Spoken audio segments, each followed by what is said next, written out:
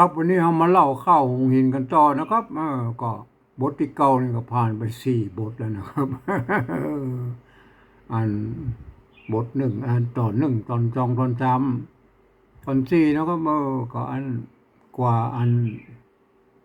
กับมาน้อยเพื่อจะไปแล้วนะครับจากเมียเพื่อนมุขาวดีนะเมียวันเดียวนะครับอันก็ห้ำให้กันอยู่นะฮะอู้ก็ไปอู้ก็มาแล้วก็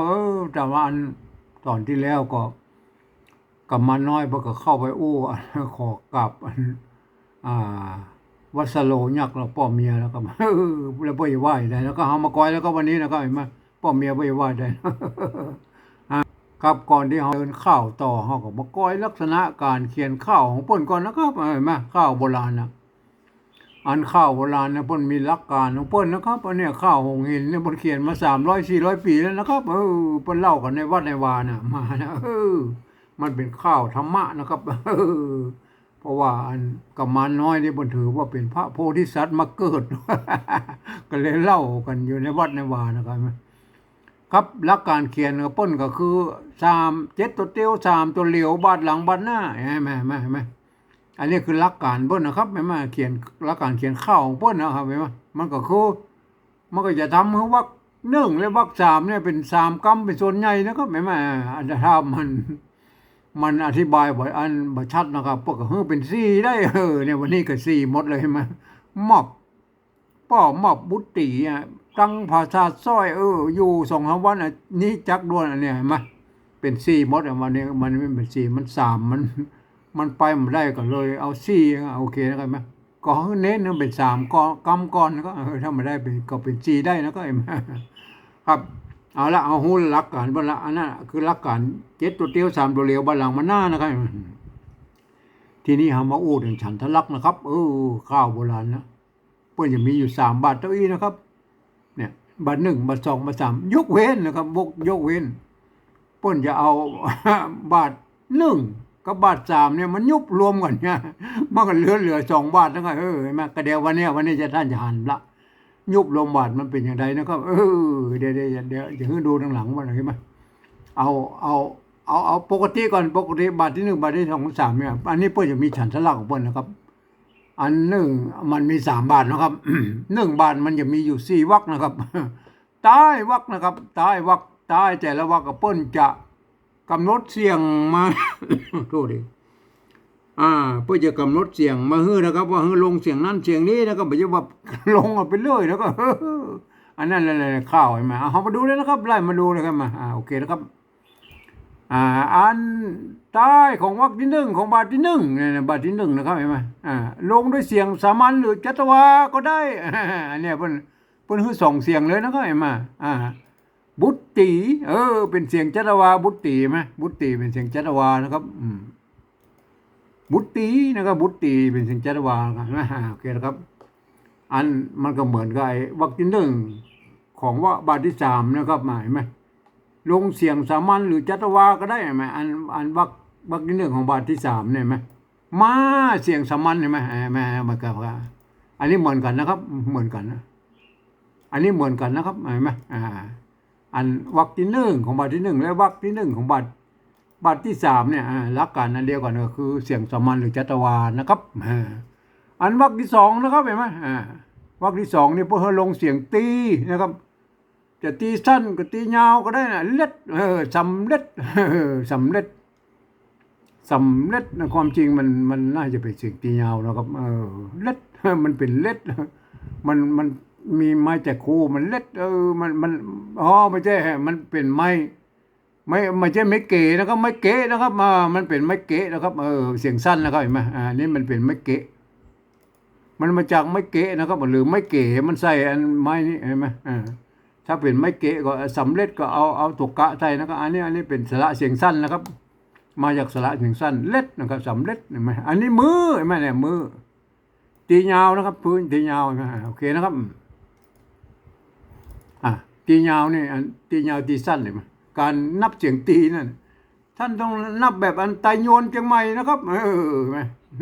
นับแบบอันเสียงไตโยนเชียงใหม่นะครับไม่ใช่เอาเสียงไตลื้อมาใส่นะครับอย่างเช่นคำว่ามดนะครับไม่มด เนี่ยมดเห็นไหมเขาชอบได้เนาะเนี่ยเสียงจัตวาของอันไตโยนยังใหม่เนี่ยนะเห็นไหมเนี่ยภาษาไทยเปิ้นออกเสียงเองนะครับหมดนะครับ อันไตโยนอันเชียงใหม่เปิ้นออกเสียงจัตวาครับเห็นไหมมดนะครับมดมดเสียงมดซอย เนี่ยมดเสียงมดซอยเสียงจัตวาอันไตลือเพิ่นออกเสียงตีนี่ไตลือก็ไตยองใช่ไหมไตลือกับไตยองอันเดียวนะครับการไตยองก็คืออันไตลือนั่นแหละ มันอยู่เมืองยอง อยู่ปู้เนอะอยู่อันไอ้ไอ้อยู่ที่อันเมืองยองเมืองยองที่อันน่ะเปิ้นอันต้อนมาเมื่อเจ้าเก่าเวลาต้อนมาเมื่อ200 ปีแล้วมาอยู่ที่มันนี่มันก็คือเผ่าพันธุ์อันไตลื้อนะครับ มันไปอยู่เมืองยองมาแล้วเขาก็เลยห้องเมืองยอง เป็นไตอันเป็นเจ้ายอง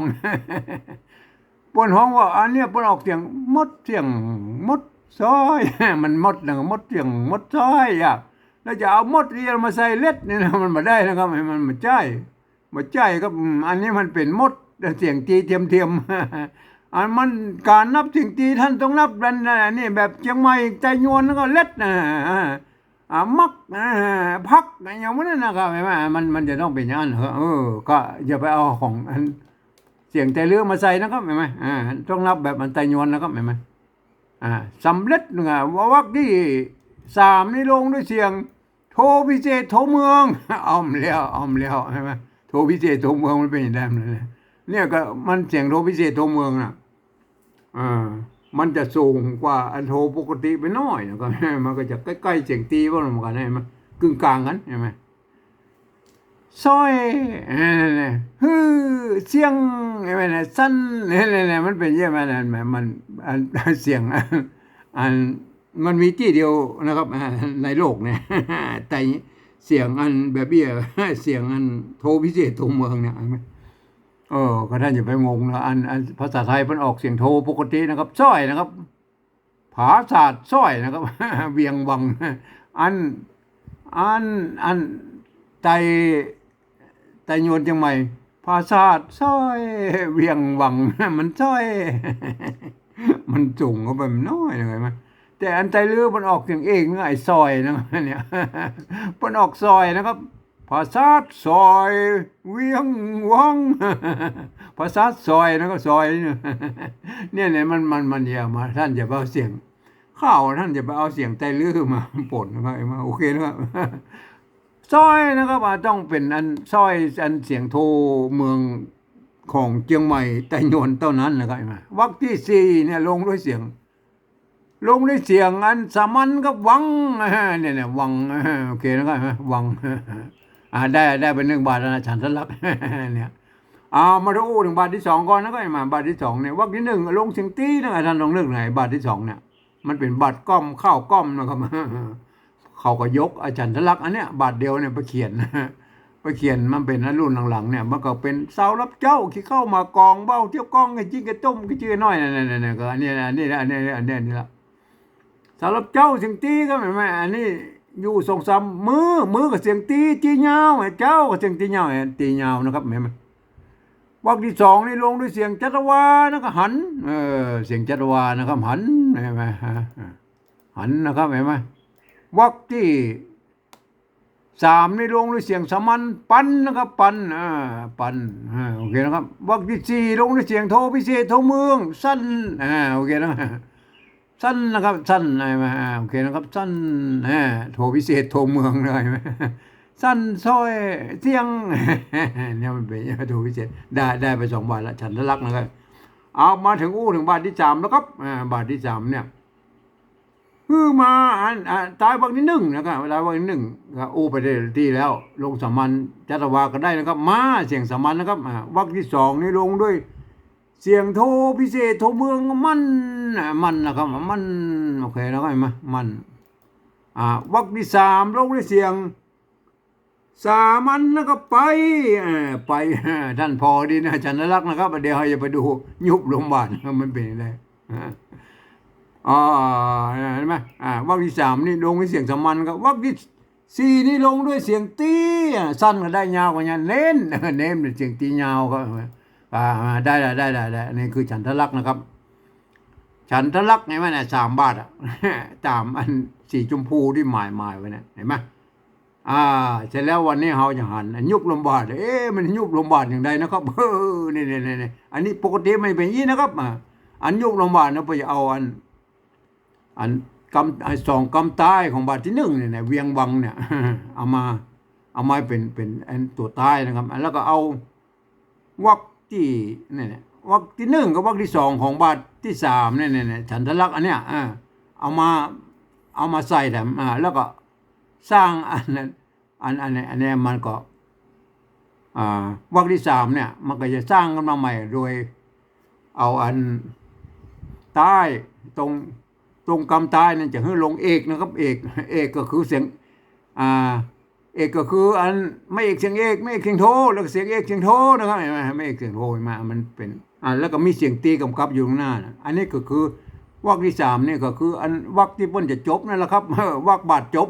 วรรคตอนที่สุดท้ายของบาทจบนั่นแหละเพิ่นเอามาใส่นะครับเห็นไหม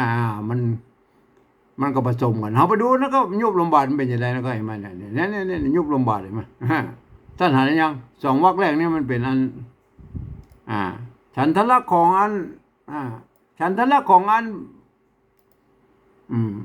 บาทที่3นะครับเห็นไหมแล้วบาทที่3นะเห็นไหมเนี่ยบอกแล้วเห็นไหมกว้างเห็นไหมยาวเนี่ยยาวเสียงสามัญเห็นไหมวรรคที่2นี่ลงด้วยกว้างเสียงอันโทพิเศษโทเมืองนะครับเห็นไหมอันเนี้ยเนี่ยมันเห็นไหมเนี่ยมาเห็นไหมเสียงสามัญเห็นไหมมันมันเห็นไหมมันเห็นไหมวรรคที่3นะครับมันเห็นไหมเสร็จแล้วก็อันวรรคที่4เนี่ยพวกเราฉันทลักษณ์ของบาทที่1มาใส่นะครับเห็นไหม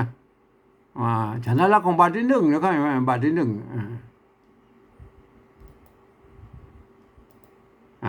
ฉันทลักษณ์ของบาทที่1เมื่อได้เนี่ยเห็นไหมของบาทที่1เมียแป้งเห็นไหมเมียแป้งเห็นไหมเมียแป้งเห็นไหมเวียงวังเห็นไหมเนี่ยสามัญหมดอะไรเป็นอะไรอันนี้คือฉันทลักษณ์ของบาทที่1บาทที่1เนี่ยที่เขาไปเกี่ยวเวียงวังเนี่ยไหมเมียแป้งโอเคนะไงมั้ยเมื่อได้เห็นไหมเสร็จแล้ววรรคที่3นี่ประโยชน์เปิ้นจะเอาฉันทลักษณ์ของอันในท้ายๆของอันท้ายๆของอันบาทจบบาทจบมันจะมีลงด้วยไอ้นั่นน่ะวรรคที่3เนี่ยลงด้วยอันเอกนะครับลงด้วยเอกก็คือไม่เอกเสียงเอกไม่เอกเสียงโทแล้วก็เสียงเอกแล้วก็เสียงโทนะครับเห็นไหมอันตอดเนี่ยตอดเนี่ยตอดเนี่ยครับเนี่ยตัวตะนะครับตอดเนี่ยมันเป็นคำตายนะตอดมันเสียงโทปกตินะครับตอดคำตายนะตอดเสียงโทปกติคำตายนะครับตอดแล้วไงมาโอเคนะครับเสร็จแล้วมันมีเสียงตีกำกับอยู่ข้างหน้าเนี่ยไว้นะครับไว้เห็นไหมไว้แถมบอทิ้งตัวนั้นมาใส่กำกับไว้ข้างหน้าเนี่ยมั้ยเห็นไหมเห็นไหมเอายานำแถมมาโอเคนะเห็นไหมเนี่ยเสียงตีกำกับไว้ข้างหน้าอันเอกนะเอกนะเอกก็คือไม่เอกเสียงเอกไม่เอกเสียงโทมาเนี่ยเห็นไหมอันนี้คือตอดนี่เป็นเสียงโทนะครับตอดเนี่ยตอดนี่มันเป็นเสียงโทนะครับเสียงโทนะครับตอดตอดมันเสียงโทนะครับแล้วก็อันมีเสียงเสียงตีกับก๊อปไว้ทั้งหน้าอย่างน้อยๆกัน1 ตัวนะครับ1 ตัวใช่ไหมโอเคนะไงมาไว้ตอดเมื่อได้นี่มันเป็นยังไงอันนี้คือข้าวยุบลมบาทครับเห็นไหมอันบเดียวนี่อันคนอันกวีทั่วไปในละนาบ่รู้จักกันแล้วนะครับเพราะว่าอันเมื่อ100 ปีที่ผ่านมาเนี่ยอันบางกลุ่มบางพวกปรากฏข้าวโบราณเพิ่นเขียนผิดกันมาก้า มันผิดได้ตามที่ผมอธิบายเมื่อกี้นะเพิ่นเอา2 บาทมายุบรวมกันท่านอันบางคนมันยังว่านะเฮาก็บ่ว่ากันเนาะครับเพิ่นพ่อบ่ออกเพิ่นพ่อบ่ออกปรากฏว่าได้อย่าเขียนผิดอีกเพิ่นให้ลืมก็ไว้ได้นะเพิ่นให้อย่าเมาอย่าเขียนก็เมาให้ก็แม่บ้ากันไปเลยนะ บางคนก็ว่าเป็นข้าวไหม้เหรอ เนี่ยมันเป็นยังไงไหม โกนเฮาเนาะ อันข้าวอย่างนี้นะครับท่านจะเจอนะครับท่านจะเจอในอันข้าวอัน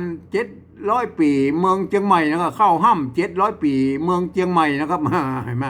ที่ท่านมหามณีอันพระยอมยงพูดเขียนไว้นะครับ มีนักนะครับไอ้ข้าวยุบลงบาทเนี่ยไอ้ข้าวหงหินนี่ก็มีประมาณ30 ตี้นะครับ โอเคนะข้าวอันพญาพรหมก็มีอยู่10 กว่าตี้นะครับ12 13 14 15 ตี้นะของพญาพรหมนั่นไงมาข้าวโบราณ เปิ้นมีหมดนะครับ เห็นไหมเดี๋ยวนี้มันกวีทั่วไปหมูจักกันแล้วนะครับ ผมก็ขออนุรักษ์ไว้นะครับว่าอันนี้มันเป็นข้าวยุบลงบาทนะครับเห็นไหมโอเคนะครับอันนั้นหูละข้าวยุบลงบาท เอาละยุบลงบาทอันนั้นคือสัญลักษณ์ยุบลงบาทนะครับ เอาแล้วก็เอาถึงปกตินะครับเห็นไหมอันปกติเนี่ยอันเฮาปกติแล้วความสัมพันธ์เฮาบ่ถึงความสัมพันธ์ระหว่างบาทก่อนก็ที่เพิ่นฮ้องว่าเป็นข้าวนะมันเป็นจังได๋นะครับ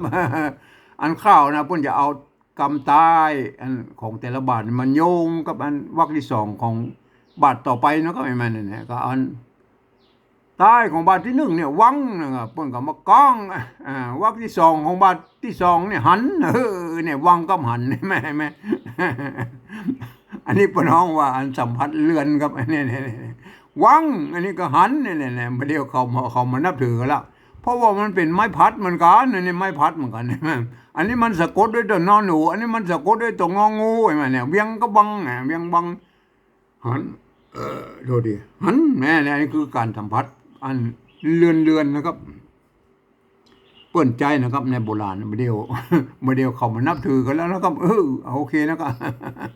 ก็ทุแล้วแต่ท่านแล้วมันอันนี้ผมอู้ถึงว่าอันโบราณเปิ้นใจกันนะครับเพื่ออย่ามาโยงอีกนะครับใต้ของบาทที่2เนี่ยสั้นเนี่ยปกมากองกับมันใต้วรรคที่2ของบาทที่3เห็นไหมใต้บาทที่3เน้นเนี่ยแม่เน้นปกมากองกับอันใต้วรรคที่2ของบาทที่3บาทที่1ในบทต่อไปเนี่ยเว้นแม่เว้นปกมากองอีเข้ามันจะเป็นอีไปตลอดนะครับเพราะว่าแต่ละบาทมันจะกองด้วยอันสระนะครับเพิ่นจะกอง จะเป็นอันสัมผัสเรือนอย่างนี้ก็ได้นะครับมันสระอันไม่พัดเหมือนกันนะเห็นไหม ไม่พัดเหมือนกันอันนี้สั้นกับมั่นเห็นไหมโอเคนะครับเพิ่นกองก็ได้นะครับเห็นไหมอันนี้เฮามาโอต่อไปเฮามาโอของอันแต่ละวรรคหรอครับ มันอันแต่ละบาทอันช่วงแต่ละบาทเพื่อจะเอาสระก้องนะครับมาอันช่วงแต่ละวรรคเพื่อจะส่วนใหญ่แล้วเพิ่นจะใจอันเนื้อเรื่องไปส่วนใหญ่ครับแต่ถ้าสมมติสระมันมากองกันได้แล้วก็ดีนะครับเอามาก่อนนะครับบัตรเอามาอู้นะ โทษดีวรรคที่1กับวรรคที่2ของแต่ละบาทไว้ก่อนนะวรรคที่1วรรคที่2ของบาทที่1เนี่ยมั้ยป้อมอบบุตรีเสียง เห็นไหมมันต้องเอาสลีมาแล้วก็ไหมเสียงเปิ้นบ่จำเป็นนะครับมันไม่ใช่เหมือนบ่เดียวนะจะเอาสลีมาใส่นะป้อมอบบุตรีมีมาสำเร็จนะอันที่มาสำเร็จมันว่าไปเลยนะว่า สลี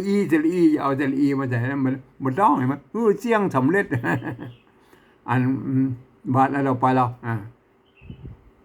อยู่2-3มื้อป้อน่ะปื้อ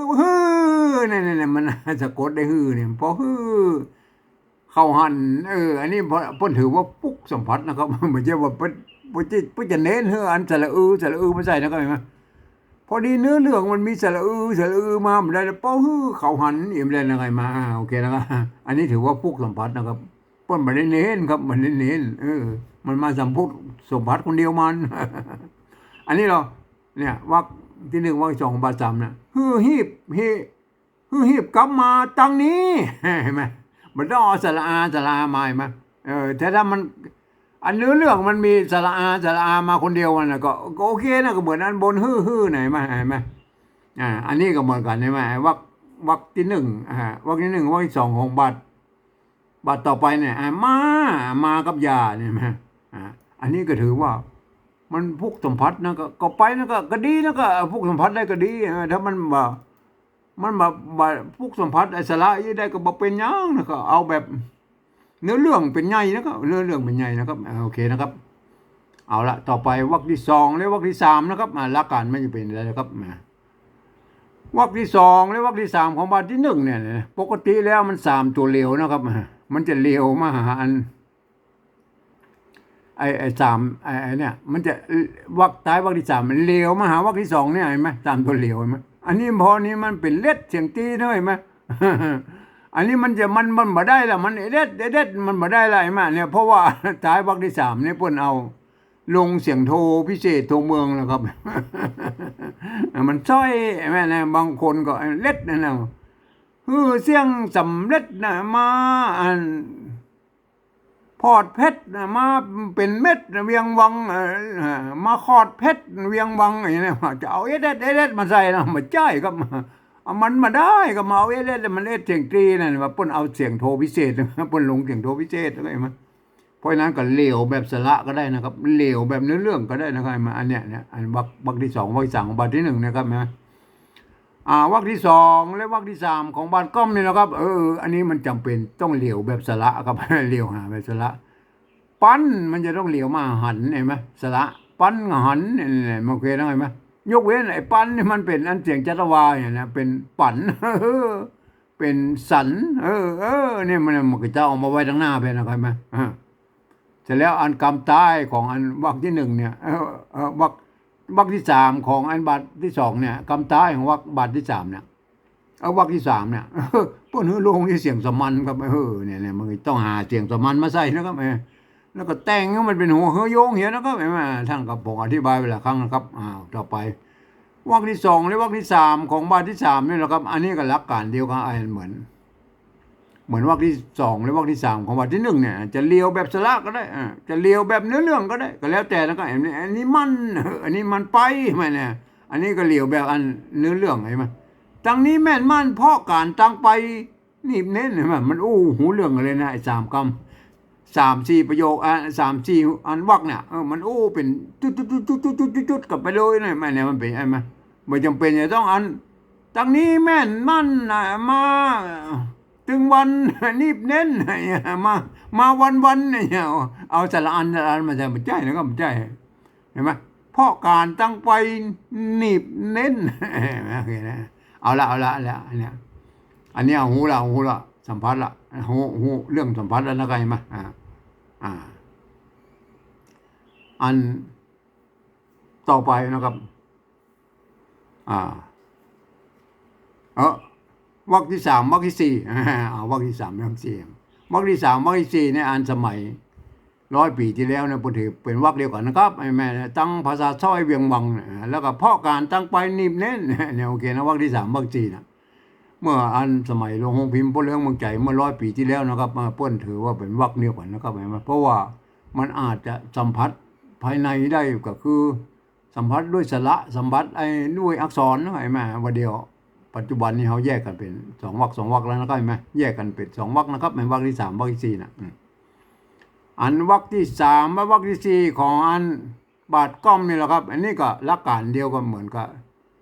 วรรคที่1วรรคที่2ทั้งหน้าเนี่ยก็คือมันสัมผัสแบบอันเนื้อเรื่องไปนะก็เห็นไหมแต่ถ้าจะมัน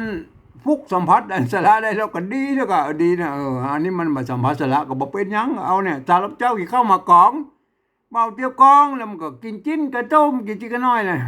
มันต้องสัมผัสมันสัมผัสเอาเนื้อเรื่องมันสัมผัสเอาเนื้อเรื่องมันหูเรื่องกันนะโอเคนะครับเอาละเอาหูละระหว่างบาทระหว่างวรรคป่นสัมผัสกันอย่างไรนะครับโอเคนะครับที่นี่ข้าวโบราณเนี่ยป่นจะคือมันม่วนนะป่นใหญ่เลยนะครับป่นจะเน้นอยู่3-4อย่างนะครับก็คืออันก็คือเอกทรงนะครับเอกทรงเพื่อจะอันกำที่เสียงตีอยู่ที่ไหนไม่ได้น่ะเสียงโทพิเศษอยู่ที่ไหนแล้วก็จะหาเอกทรงก็ใส่ด้วยเห็นไหม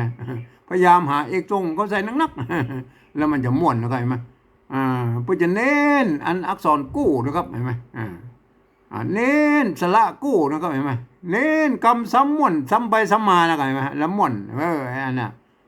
อันเนี้ยมันจะทำให้มันม่วนหน่อยไหมเฮามาไล่ก่อนแล้วก็ป้ามอบบุตรีฮือเจียงอันนี้มันมีซ้ำเล็ดอันนี้เจียงตีอันนี้มันมีเอกเห็นไหมมอบบุตรีเนาะตั้งภาษาซ้อยแม่ไอ้ศาสตร์นี่มันเป็นอันเสียงเอกนะครับเห็นไหมเอกทรงนี่มันมีอยู่4แบบนะครับก็คือไม่เอกเสียงเอกนะครับไม่เอกเสียงโทนะแล้วก็เสียงเอกอันนี้เสียงเอกนะไอ้ศาสตร์นะแล้วก็เสียงโทนะครับเห็นไหมเนี่ยมันเป็นไหมทรงเสียงโทพิเศษเนี่ยศาสตร์ซ้อยแล้วก็แถมมาป้อมเป็นสอักษรกู้ด้วยนะเห็นไหมแล้วก็ภาษามันเป็นสระกู้ด้วยนะครับเห็นไหมภากับศาสตร์เห็นไหมภาษาไอ้ภาเนี่ยเห็นไหมสระอากับสระอาเหมือนกันอันนี้มันมีตัวสะกดอันนี้มันมีตัวสะกดกับภามันสระอานั่นแหละเห็นไหมมันใส่สระอาเหมือนกันก็คือสระกู้เห็นไหมอันนี้เป็นอักษรกู้แล้วก็เวียงวังเนี่ยเวียงวังเนี่ยก็เป็นวนะเป็นอักษรกู้นะครับวเห็นไหมอักษรกู้เห็นไหมU23เนี่ย2กับ3เนี่ย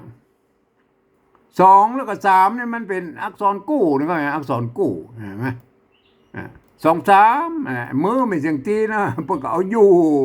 มาส่งทางหน้าเพ่เนี่ยอยู่เนี่ยมั้ยเอาอยู่มาส่งทางหน้าเพ่เนี่ยมั้ยอยู่เห็นไหมเอกมาส่งทางหน้าเพ่มาส่งหัวแถวนี่ก็ได้ส่งหัววรรคนี่ก็ได้ปอฮื้อเข้าหันนี่จักด่วนปันไปเหี่ยวหีบเหี่ยวกับหีบนะครับเหี่ยวหีบนี่มันถือว่าเป็นฮอนะไม่อักษรกู้นะอักษรกู้เนี่ยอักษรกู้เหี่ยวหีบนะเหี่ยวหีบแล้วก็หีบนะมันเนี่ยหีบเนี่ยมันเป็นเสียงโทนะครับเห็นไหมหีบมันเป็นเสียงโทกับเอกทรงนะเป็นเอกทรงเนี่ยทรงสั้นนะทรงสั้นเนี่ยโอเคนะครับเอกทรงนะครับเห็นไหมต่อไปฮือหีบกลับมาตั้งนี้แล้วก็แม่นนี่ก็แม่นเห็นไหมแม่นนี่มันเป็นอันไม่เอกเสียงโทแล้วก็แม่นเห็นไหมถือว่าเป็นเอกทรงครับแม่นแม่นมันเวลามันอู้ข่าวเลยมันแม่นมันม่วนนะฮะเอกทรงไปมันทรงเสียงตีทรงเสียงโทพิเศษเห็นไหมมันแถมมาป้อมเป็นมอแถมมอเพราะการต่างไปไอ้การกับต่างเนี่ยโทษทีการกับต่างนี่มันสระอาเหมือนกันนะอันนี้มันสะกดด้วยตัวละเห็นไหมอันนี้มันสะกดรอเรือมันสะกดด้วยงองูเห็นไหมเนี่ยมันสระอาเหมือนกันนะก็เห็นไหมการต่างไปอันนี้เป็นสระกู้นีบเน้นนีบมันเป็นเสียงเอกนะครับเห็นไหมนีบเอกทรงแล้วทรงเสียงตีเนี่ยนีบทรงเสียงตีเน้นแถมมาป้อมเป็นนออักษรกู้เนี่ยโอเคนะครับท่านอ่านแล้วนะครับลูกเล่นของป่นเป็นอี้นะครับเห็นไหมเอาละครับเห็นไหมท่านก็อ่านแล้วนะครับลักษณะการเขียนข้าวมันเป็นอย่างอี้นะครับผมอธิบายไปแล้วนะครับครับทีนี้เฮามาพอกันต่อแล้วก็มาเนี่ยอันวันนี้อันวัสโลป้อบอกจะฮือปอนแล้วนะครับป้อมอบบุตรีฮือเจียงสำเร็จตั้งภาษาซอยเวียงวังมอบมือหมดแล้วนะตึงลูกตึงภาษาตึงเวียงวังมอบมือหมดเลยนะอยู่2-3 มื้อพอฮื้อเข้าหันอยู่สักวัน2 วันน่ะเนาะเข้าหันมันนี่ก่อนนะโหนี่จักด่วนปันไปเหี่ยวหีบสั้นฮื้อหีบกลับมาตั้งนี้แม่นมันเพราะการต่างไปหนีบเน้นการต่างไปมันก็หนีบเน้นมาเนาะมันก็จำเป็นเนาะเห็นไหมกันกลับมาถ้าปิกมาแล้วเนาะอย่าได้หลีกเว้นกึดฮอดได้เมียแปลงกึดถึงเมียพวกนี้ใช่ไหมลูกฮักป้อนี้คือดังดวงแสงซ้ำได้คำแดงมาแปลงขอดห้างได้คำแดงมาแปลงใช่ไหมมันแสงก็เป็นอันเหมือนแก้วแสงนะใช่ไหม ได้คำแดงมาแล้วนะเห็นไหมแป้งกอดห้างไว้เรียบร้อยแล้วจูงกึดไปยาวสาวไปคือกว้าง อย่าทิ้งใบตอดเมื่อได้ แล้วถวายพร้อมโจกปอนดีหลายฮือจอมองค์ใจ ปันปิกปอกห้องสปะกังวลอย่าฮือเติกข้อง สิ่งใดมีเติกค้างนะครับไม่มาโอเคนะครับมาอันนี้ ป่ออันวัสโลปะก็ มันก็อู้เตือนละเตือนได้ไปก็ไปแต่หอปิ๊กมาเนอะปิ๊กมา ก็แง่แลมันธุระมันก็จำเป็นแล้วแง่แลพวกก็ยอมแล้วเนาะ ครับ อ่า ตอนนี้เราก็เอาไว้แค่นี้ก่อนนะครับบรรพุกเรามาต่อนะครับ